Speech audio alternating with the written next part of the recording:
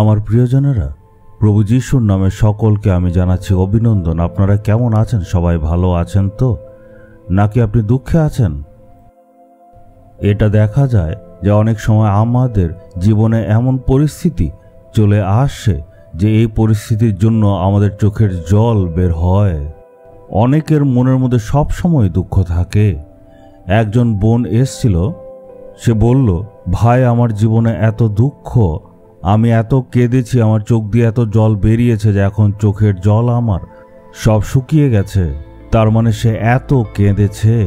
আরেকবার আরেকজন বোন এসে বলল, আমি জীবনে এত কেঁদেছি যে এটার জন্য আমার চোখের দৃষ্টি নষ্ট হয়েছে। মনের দুঃখে কাঁদা, চোখের জল ফেলা অনেকেরই অভিজ্ঞতা আছে। প্রত্যেকজন মানুষের জীবনে এমন সময় এসছে যখন তার চোখ দিয়ে জল বেরিয়েছে। এই ব্যাপারটা বাইবেলেও দেখা যায়। এমন ঈশ্বরের অনেক দাসরা আছে যাদের চোখ দিয়ে জল বেরিয়েছে। প্রভু যিশু কেঁদেছিল, কিন্তু সেটা অন্যদের জন্য। তার মানে সবার জীবনেই আসে। প্রভু যিশু নিজের জন্য কাঁদেনি, কিন্তু অন্যের জন্য কেঁদেছে, অন্য পরিবারের জন্য। কিন্তু অনেকে আছে নিজের দুঃখের কথা ভাবে আর সেটা ভাবতে ভাবতে কাঁদে। একইভাবে আজকে হয়তো আপনারও পরিস্থিতি এমনই। প্রথম শমূয়েলের পুস্তকে হান্না নামক একজন স্ত্রী আছে।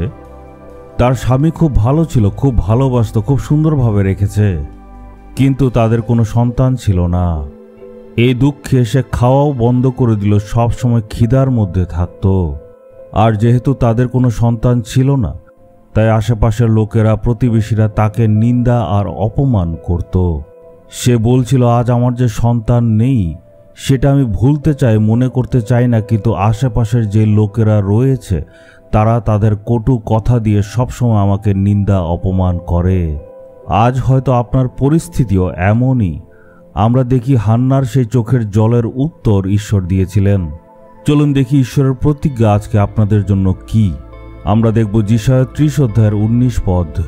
তোমরা আর কাঁদবে না, হে আমার ছেলে, হে আমার মেয়ে, তুমি আর কখনো কাঁদবে না। এটাই হচ্ছে ঈশ্বরের প্রতিজ্ঞা। এর মানেটা কি? এই জীবনে আপনার চোখ থেকে নানা রকম দুঃখ কষ্টের জন্য যত চোখের জল বেড়েছে সেই পরিস্থিতিগুলি ঈশ্বর পাল্টে দেবেন। আমরা বাইবেলে দেখতে পাই হান্নার জীবনে ঈশ্বর একটা আশ্চর্য কাজ করেছে, আর তারপর থেকে হান্নার আর কোনোদিনও কাঁদতে হয়নি। মানে যেই কারণের জন্য হান্না কাঁদছিল সেই পরিস্থিতি ঈশ্বর পাল্টে দিলেন, তাই আর হান্না কখনো কাঁদেনি। একইভাবে আজকে প্রভু যিশু আপনার দিকে দেখে বলছেন, যেসব ব্যাপার নিয়ে তুমি আজ দুঃখের মধ্যে আছো সেই সব ব্যাপারকে আমি পাল্টে দিয়েছি। এরপর থেকে তোমার আর কাঁদতে হবে না। যেসব পরিস্থিতির জন্য এতদিন তুমি দুঃখ ভোগ করেছো সেই পরিস্থিতিকে আমি সম্পূর্ণভাবে পাল্টে দেব। হয়তো স্বামীর সাথে সমস্যা, স্ত্রীকে নিয়ে সমস্যা, সন্তান বা পরিবার নিয়ে সমস্যা, চাকরি, ব্যবসা, সেবা কাজে সমস্যা, অনেক জিনিসের প্রয়োজন আছে, নানা রকম চাপ রয়েছে, দেনা অনেক হয়ে গেছে, অপমান হচ্ছে, কোনো না কোনো একটা কারণের জন্য চোখ দিয়ে জল বেরোচ্ছে। ঈশ্বর বলছেন, হে আমার ছেলে, আমার মেয়ে, তুমি আর কখনো কাঁদবে না। এর কারণ হচ্ছে আমি তোমার জন্য অলৌকিক কাজ করব। তোমার খারাপ পরিস্থিতিগুলিকে পাল্টানোর জন্য আমি আজকে আশ্চর্য কাজ নিশ্চয় করব। একবার একজন খ্রিস্টীয় বোন এসছিল। তার যে স্বামী, সে সবসময় মদ খেত, 40 বছর ধরে সে মদ খেত। যখন সে মদ খেয়ে ফেলত তখন সে জানোয়ারের মতো হয়ে যেত, সবাইকে মারামারি করত, থালা বাসন এদিক ওদিক ফেলে দিত। 40 বছর ধরে সেই বোন তার নিজের স্বামীর জন্য প্রার্থনা করেছে, প্রভু সে যাতে অনুতাপ করে। একটু ভাবুন, 40 বছর ধরে প্রার্থনা করছে। এতদিন ধরে প্রার্থনা করলে অনেক সময় আশা ভেঙে যায়, কিন্তু যখন তিনি আমাদের প্রোগ্রাম দেখলো তার মধ্যে একটা পরিবর্তন চলে আসলো, আর এখন তো সে একদমই মদ খায় না। সেই বোন সাক্ষ্য দিল, এখন আমি আর কাঁদি না। এখন তার স্বামী একদমই মদ খায় না, পুরোপুরি পাল্টে গেছে।